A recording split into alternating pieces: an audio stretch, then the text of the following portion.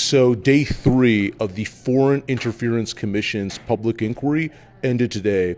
We saw 3 former senior intelligence service officials testify about the procedures and regulations regarding classification of information, and they also shared a little bit of a preview over what they think the actual threats of foreign interference are in terms of their manifestations from foreign states and non-state actors in this country. So the Foreign Interference Commission was established by the federal government ostensibly to investigate foreign states and non-state actors' interference in the federal elections of 2019 and 2021 and political interference more broadly.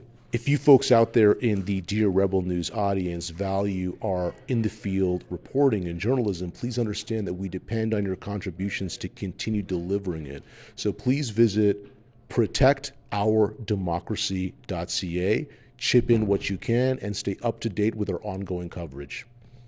Jenny Kwan, an MP with the NDP from British Columbia, has claimed that she's been the target of intimidation and coercion campaigns targeting her, directed by the Chinese Communist Party. Kenny Chu, a former MP with the Conservative Party, was ousted from his position in the 2021 election amid reports from the Globe and Mail that he had been targeted by a Chinese Communist Party, a CCP propaganda campaign that was specifically aimed at the Chinese-speaking community within his riding.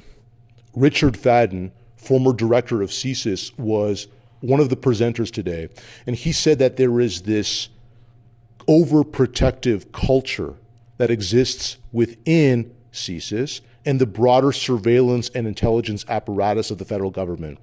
He was explaining how there is this tendency, this default setting towards over-classification of information, deeming it confidential, in order to err on the side of classifying more and disclosing less. I think over time, the protective culture becomes dominant. And this actually sits well with ministers and central agencies and senior officials, especially when the protective effect, the practical effect, is reducing the likelihood of controversy. I'm not suggesting that controversy or partisanship very often plays a role, but if by happenstance you're invoking protection under particular legal provision, means that you're not releasing something that would cause all sorts of controversy, there's nobody in the system that points in the opposite direction. And I'll come to this in a minute, but there's no openness advocate in the entire system because the Access to Information Commissioner doesn't play on these highly classified matters. So everybody sort of goes in with the expectation that they're maintaining an appropriate balance. And if I'm correct, the balance is sometimes tilted in favor of protection because of the culture that I talked about. Fadden also said that the Anglosphere countries that belong to the Five Eyes security partnership are all more transparent and more open than Canada in terms of their disclosure of classified information. Broadly, Fadden also stated that he thinks there should be more challenges towards classification imposed by these security and intelligence agencies in order to facilitate a greater disclosure of this information and a broader transparency with the Canadian public. I think another area that's worth thinking about is our allies, our close allies, are much, much more open than we are. They really protect their core secrets, but the Brits, the Yanks, the Australians tend to be much more open than Canada is.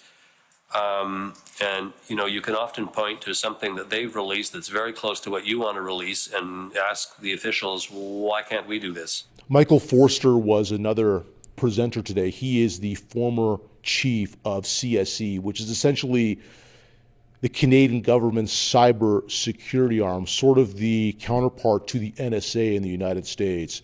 And what did Forster say? He explained that foreign governments, and he mentioned China specifically, use a multi-pronged approach through which to wage their foreign influence operations. And several examples he mentioned would be through the use of foreign media and journalists, through tourist operations, through their own consulates, through trade representatives, and other measures. So basically, this is a sort of indirect way through which the Chinese Communist Party seeks to influence politics in Canada. One other thing that they can do, and this is over on their side, in their territory, they can use intimidation and coercion tactics against people who have family members in Canada. In other words, since the Chinese government has access to people in China, obviously, they can use them as leverage points against Chinese Canadians living here in our country. And if you have a number of institutions that have contributed to a particular piece of intelligence, almost always the default is to classify to the highest level sought by any given institution. It's very rarely that you end up with the lowest common denominator or the lowest common classification. So folks, please visit our website, protectourdemocracy.ca, contribute to our operations so we can continue reporting on this public inquiry for the Foreign Interference Commission, and also check out our petition where we're getting people to sign up to tell the federal government to remove these so-called Chinese police stations in Canada, which are used as tools of intimidation and coercion targeting Canadian citizens of Chinese ethnic background.